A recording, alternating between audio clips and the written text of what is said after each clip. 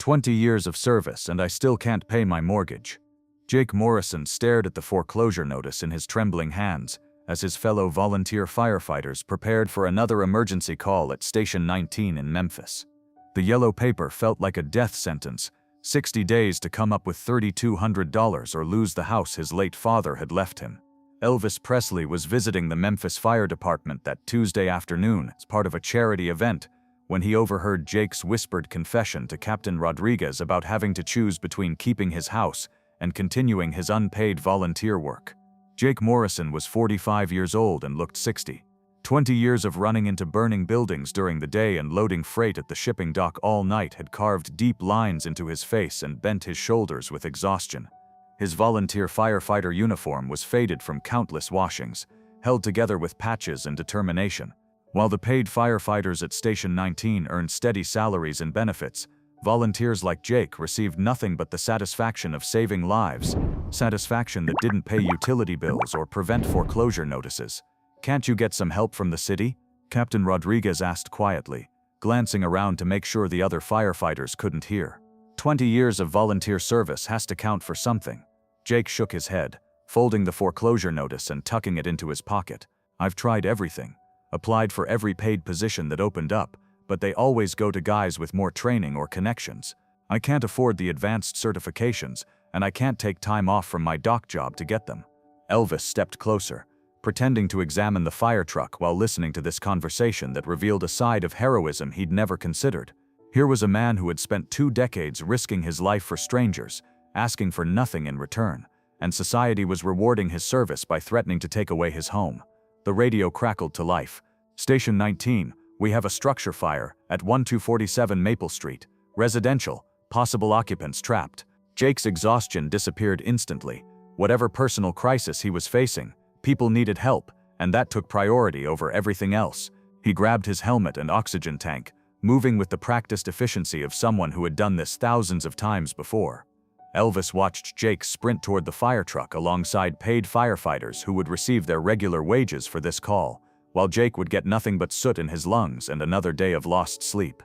As the truck roared out of the station, Elvis made a decision that would change Jake's life forever. The house fire on Maple Street was already fully involved when Station 19 arrived, orange flames shooting through the windows and black smoke pouring into the Memphis sky. Neighbors had gathered on the sidewalk and Elvis could hear their panicked voices as he pulled up behind the fire truck in his Cadillac.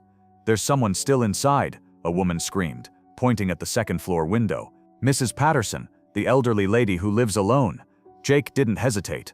While other firefighters connected hoses and set up equipment, he was already strapping on his breathing apparatus and heading for the front door. Elvis watched in amazement as Jake disappeared into the smoke and flames without a moment's consideration for his own safety. Inside the burning house, Jake navigated by feel and training, staying low to avoid the superheated gases near the ceiling. The smoke was so thick he couldn't see his own hands, but he knew from experience that elderly people often hid in closets or bathrooms when frightened by fires. He methodically searched each room, calling out over the roar of flames consuming the wooden structure. He found Mrs. Patterson collapsed in her bedroom, unconscious from smoke inhalation. Jake lifted the 78-year-old woman in his arms and carried her through the burning hallway, his oxygen tank warning light blinking to indicate dangerously low air supply. He burst through the front door just as the ceiling in the hallway behind him collapsed in a shower of burning timber. EMTs immediately took over Mrs. Patterson's care while Jake collapsed against the fire truck, pulling off his helmet and breathing apparatus. His face was streaked with soot and sweat, his hands shaking from adrenaline and exhaustion. Elvis approached him as Jake sat on the truck's running board, still catching his breath. "That was incredible," Elvis said simply. "How long have you been doing this?" Jake looked up, recognizing Elvis but too exhausted to be starstruck.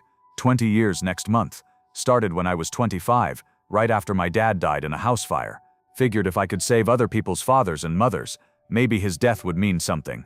And you've been doing this as a volunteer the whole time. Can't afford not to work my regular job. Dock work pays the bills, well, most of them anyway." Jake's voice carried the weight of chronic financial stress. Elvis sat down on the truck's bumper beside Jake. "Tell me about your regular work." Over the next 20 minutes, as other firefighters finished extinguishing the blaze and investigating the scene, Jake's story emerged. He worked from midnight to 8 a.m. at the Memphis shipping docks, loading and unloading freight ships. The physical labor was brutal, but it paid $3.20 an hour, which was just enough to cover his basic living expenses if he didn't take any time off. During the day, he tried to sleep for a few hours before responding to fire calls. On busy days, he might get only 2 or 3 hours of sleep between his paid job and volunteer duties.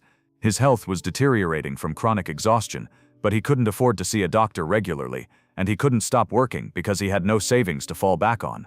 "My wife left me 5 years ago," Jake admitted, staring at his soot-stained hands. "Said she couldn't handle the stress of never knowing if I'd come home from a fire, and she got tired of being married to a man who was always either working or sleeping. Can't say I blame her." Elvis listened without interrupting, understanding that Jake needed to tell someone about the weight he'd been carrying alone. This wasn't just about money or career choices.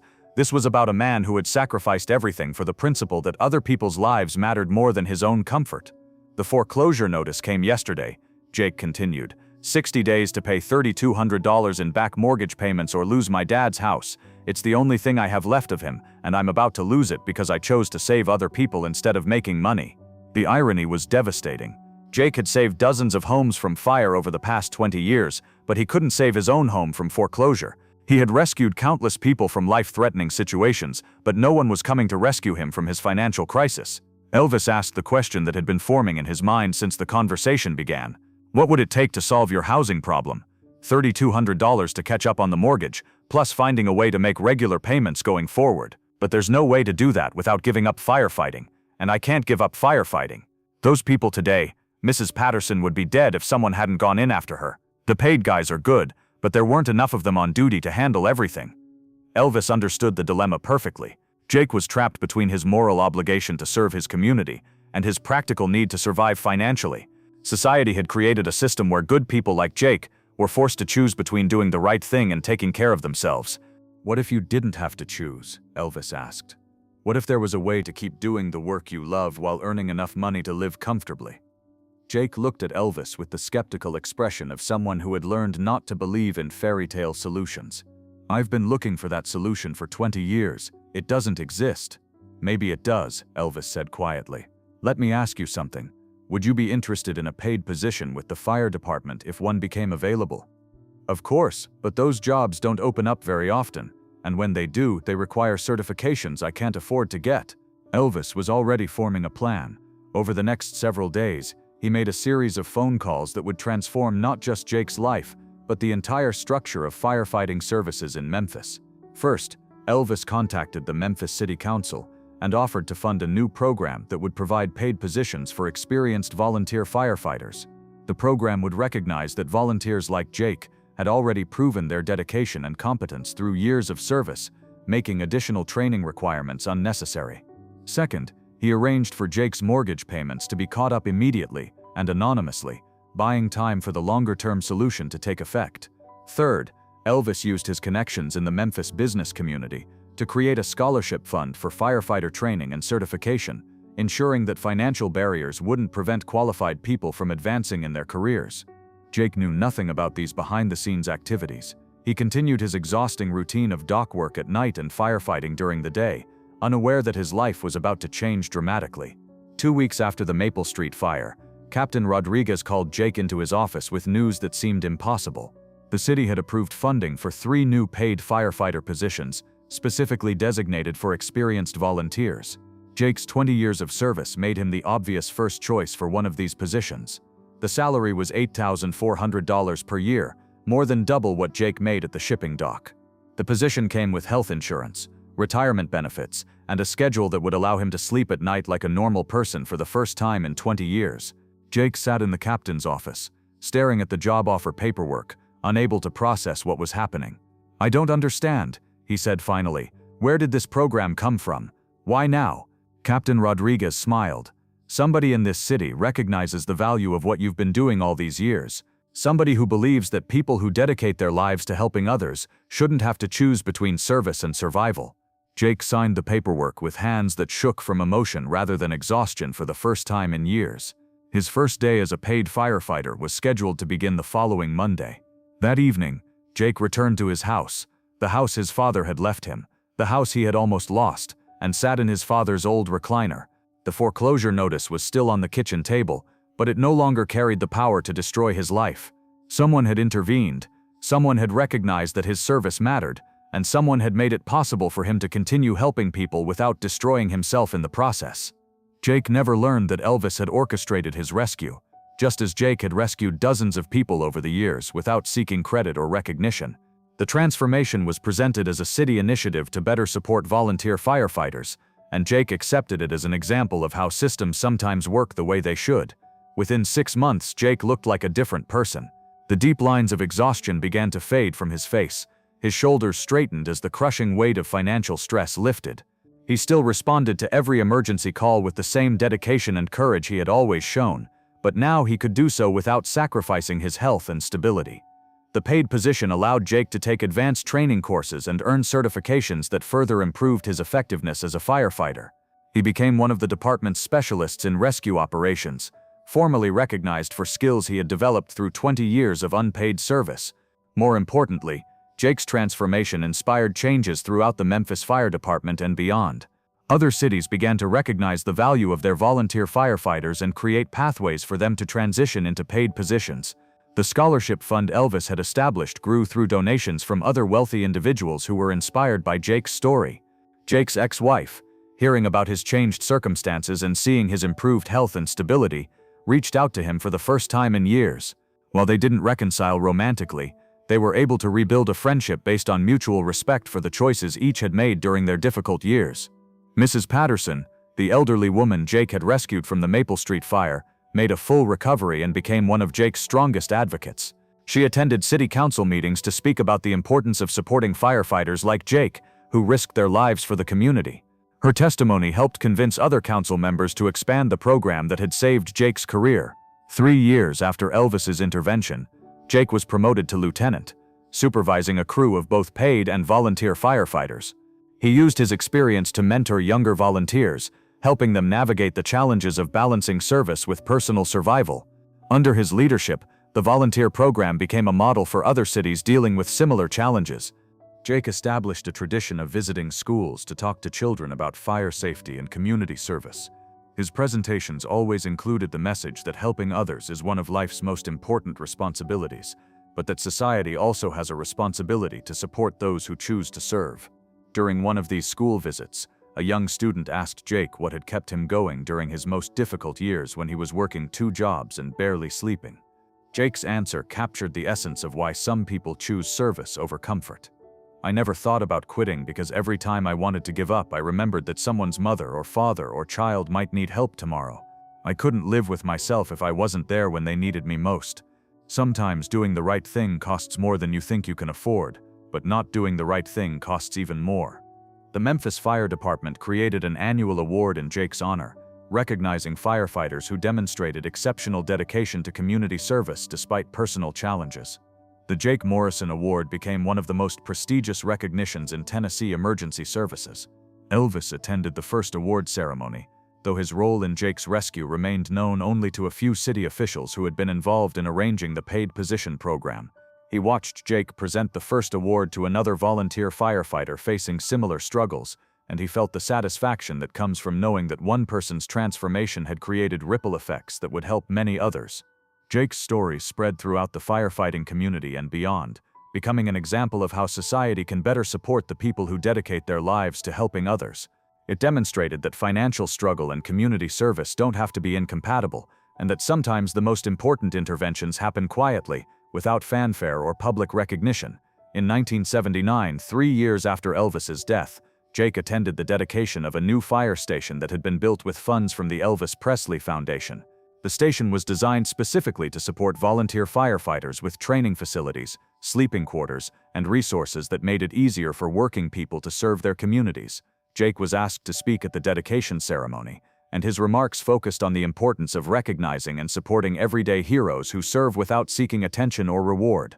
He never knew that Elvis had been the anonymous benefactor who had transformed his life, but he understood that someone with the power to help had chosen to use that power on behalf of people like him. "The real heroes," Jake told the audience, "are the people who show up when others need help, even when there's no reward except knowing you did the right thing. But heroes need support too. They need to know that their community values what they do and will make sure they can keep doing it." Today, more than 40 years after Jake Morrison almost lost his house because he chose service over financial security, The programs inspired by his story continue to support firefighters across the United States. The Jake Morrison Foundation provides financial assistance, training opportunities, and career development support for volunteer firefighters who want to transition into paid positions. Jake retired from the Memphis Fire Department in 1998 after 35 years of service, 20 as a volunteer, and 15 as a paid firefighter. His retirement ceremony was attended by hundreds of firefighters, city officials, and community members whose lives had been touched by his service. During his retirement speech, Jake reflected on the lesson he had learned during his darkest period when foreclosure threatened to destroy everything he had worked for. Sometimes when you're doing the right thing, it feels like the world is working against you. But if you keep doing the right thing anyway, sometimes the world finds a way to support you. The key is never stopping, never giving up on helping others, even when it seems like no one is helping you. Jake spent his retirement years continuing to mentor young firefighters and advocating for policies that support emergency responders. He never learned the full story of how Elvis Presley had orchestrated his rescue from financial ruin, but he carried forward the principle that those who have the ability to help others should use that ability generously and quietly. The house that Jake almost lost to foreclosure remained in his family and was eventually donated to the city of Memphis to serve as a training facility for volunteer firefighters. A plaque by the front door reads, "In memory of Jake Morrison and all the heroes who choose service over safety, dedication over comfort, and community over personal gain." Jake's story serves as a reminder that heroism often wears work clothes and goes unrecognized, that the people who keep communities safe and functioning are often struggling to keep their own lives stable, and that sometimes the most important thing a person can do is recognize when someone else needs help and provide it without expecting credit or recognition in return. Jake Morrison's transformation from struggling volunteer to respected paid firefighter catalyzed changes throughout Memphis emergency services that extended far beyond one man's career advancement. The success of the volunteer to paid transition program demonstrated that experienced volunteers possessed skills and dedication that formal training programs couldn't replicate. Captain Rodriguez documented remarkable improvements in department effectiveness after Jake and 2 other volunteers transitioned to paid positions. Response times improved by an average of 4 minutes because these experienced firefighters required no adjustment period to work efficiently with existing crews. Their deep knowledge of Memphis neighborhoods, building layouts, and local hazards proved invaluable during emergency responses. The program's success caught the attention of the International Association of Fire Chiefs, who invited Captain Rodriguez to present Memphis's volunteer integration model at their national conference. Fire departments from across the United States sent representatives to study the program, leading to similar initiatives in cities facing volunteer firefighter shortages. Patricia Williams, a researcher at the University of Memphis, conducted a comprehensive study of the volunteer transition program's impact on both individual firefighters and community safety outcomes. Her research revealed that volunteers who transitioned to paid positions showed significant improvements in physical and mental health within 6 months of making the change. The chronic sleep deprivation that had plagued Jake and other dual-job volunteers was eliminated, leading to better decision-making during emergency situations and reduced risk of accidents. Their improved financial stability translated into better nutrition, regular medical care, and reduced stress-related health problems that had accumulated over years of overwork. Jake's story sparked a broader conversation in Memphis about the value of public service and the responsibility of communities to support the people who dedicate their lives to helping others. Local newspapers began featuring regular profiles of volunteer firefighters, police officers, and emergency medical technicians who served without adequate compensation. The Memphis Chamber of Commerce established the Community Service Recognition Program, which connected local businesses with volunteer emergency responders to provide discounts, services, and employment opportunities. Jake became the program's first spokesperson, using his experience to advocate for practical support rather than just symbolic recognition. "It's nice when people say thank you," Jake explained during a Chamber of Commerce presentation, "but what volunteers really need is understanding that we can't keep risking our lives if we can't afford to live. Recognition is meaningful, but sustainable support is what allows us to keep serving."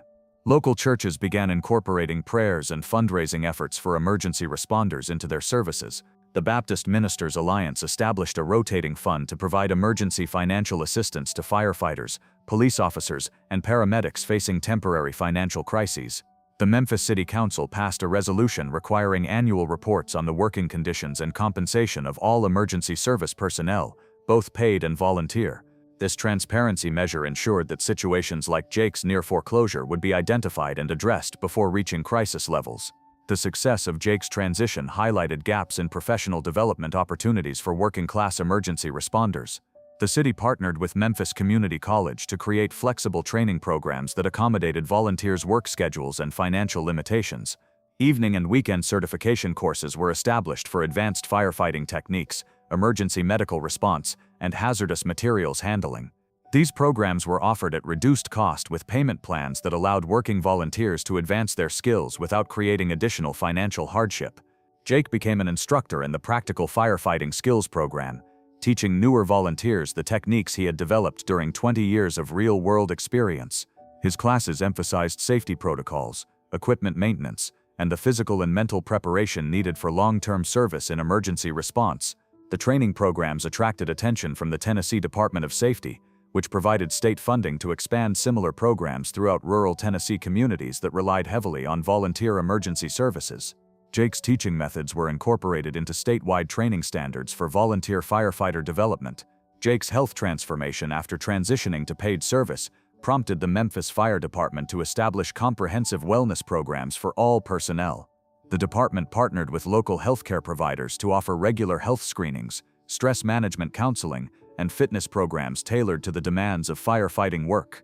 The wellness initiatives revealed that many firefighters, both paid and volunteer, were dealing with chronic health issues related to smoke inhalation, physical strain, and accumulated stress from trauma exposure.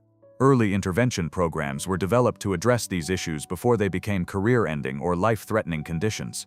Jake participated in a pilot program studying the long-term health effects of firefighting service. His medical records provided valuable data about the physical toll of combining firefighting with other physically demanding work, contributing to research that influenced worker safety regulations nationwide.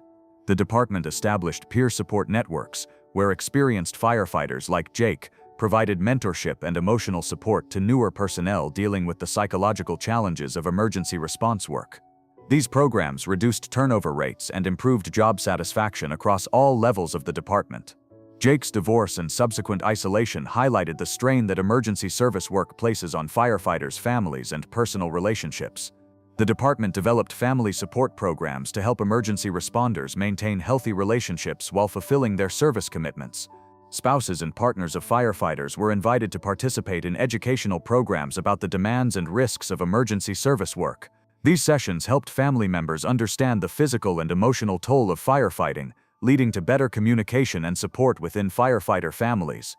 Jake reconnected with his ex-wife through one of these programs, not romantically but with mutual understanding of how their marriage had been affected by the impossible demands he had tried to meet. Their renewed friendship became an example of how relationships could be repaired even after difficult separations. The department established family counseling services and relationship support groups, specifically designed for emergency responders and their families.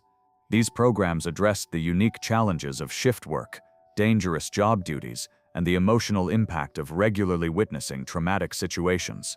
The success of converting experienced volunteers to paid positions demonstrated significant economic benefits for the Memphis community. Professional analysis revealed that the improved response times and effectiveness resulting from better rested, financially stable firefighters prevented an estimated $2.3 million in property damage during the program's first year. Insurance companies began offering reduced premiums to properties in areas served by professionally staffed fire departments, recognizing the improved protection provided by full-time firefighters. These savings offset much of the cost of the volunteer transition program, making it economically sustainable. Local businesses reported reduced insurance costs and improved confidence in locating operations in Memphis due to enhanced emergency services. The improved fire protection attracted new industrial development that created additional jobs and tax revenue for the city. The economic analysis of Jake's transition became a model for other cities considering similar programs. The data demonstrated that investing in emergency service personnel generated measurable returns through reduced property losses, lower insurance costs, and improved community attractiveness for business development. Jake's story influenced Tennessee state legislation regarding support for volunteer emergency responders. The Jake Morrison Volunteer Firefighter Support Act provided state funding for equipment, training, and transition programs in communities that relied heavily on volunteer services. The legislation established minimum standards for volunteer firefighter equipment and training, ensuring that volunteers like Jake wouldn't be forced to use outdated or inadequate safety gear. State funding was provided to help small communities meet these standards without placing additional financial burden on local taxpayers. Jake testified before the Tennessee State Legislature about the challenges facing volunteer firefighters and the importance of providing pathways for career advancement. His testimony was instrumental in securing passage of the Support Act and establishing ongoing state funding for volunteer firefighter programs. The Tennessee model influenced similar legislation in other states dealing with volunteer firefighter recruitment and retention challenges. Jake's story was cited in legislative hearings across the Southeast as evidence of the need for systematic support of volunteer emergency responders. Jake's experience with outdated and inadequate equipment led to comprehensive upgrades in Memphis Fire Department resources. His detailed knowledge of equipment failures and maintenance issues, gained through 20 years of hands-on experience, informed purchasing decisions and maintenance protocols. The department established equipment replacement schedules based on actual usage patterns rather than manufacturer recommendations, ensuring that critical safety gear was maintained at optimal performance levels. Jake's input was particularly valuable in selecting breathing apparatus, protective clothing, and rescue tools that would perform reliably under extreme conditions. Communication equipment was upgraded to ensure reliable contact between firefighters and command centers during emergency operations. Jake's experience with communication failures during critical moments helped identify technical requirements and operational procedures that improved firefighter safety. The Equipment Improvement Program became a model for other fire departments seeking to optimize their resource investments.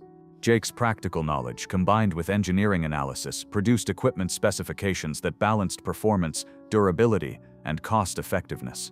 The Memphis Volunteer Transition Program attracted attention from emergency service organizations in other countries facing similar challenges with volunteer recruitment and retention.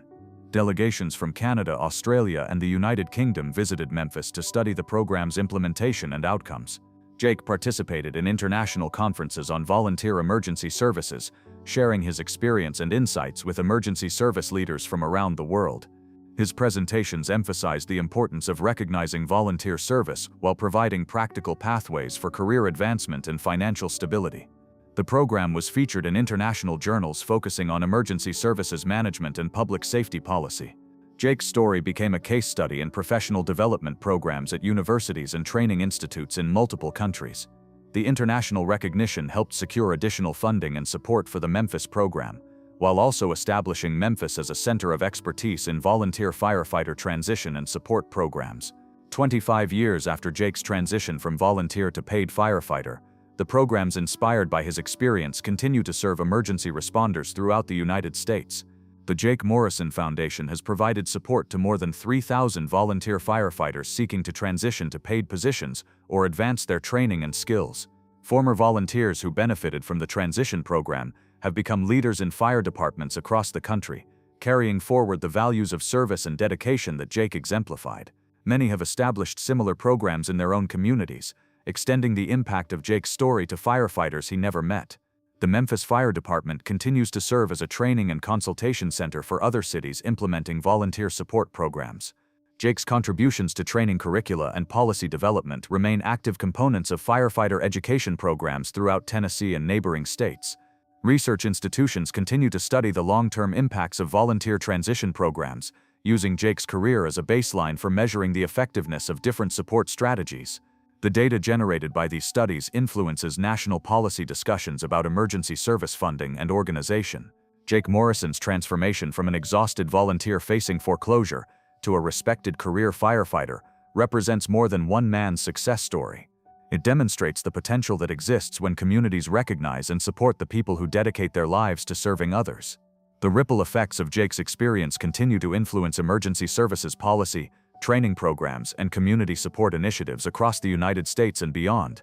His story proves that individual acts of recognition and support can create systematic changes that benefit thousands of people over many years. Most importantly, Jake's example shows that heroism is not diminished by needing help, that service to others creates a reciprocal obligation for society to support those who serve, and that sometimes the most meaningful assistance comes from recognizing someone's value and creating opportunities for them to continue contributing their unique skills and dedication. The fire station where Jake began his career as a volunteer still displays a photograph of him receiving his first paid position appointment. The caption reads, "Service to others is its own reward, but a community that truly values service finds ways to reward those who serve." Jake Morrison's legacy reminds us that behind every emergency response, every life saved, and every fire extinguished, there are individuals who have chosen to put others' safety before their own comfort. Supporting these individuals is not charity, it is an investment in the safety and well-being of the entire community, and recognition that some forms of service are too valuable to be left to chance or goodwill alone.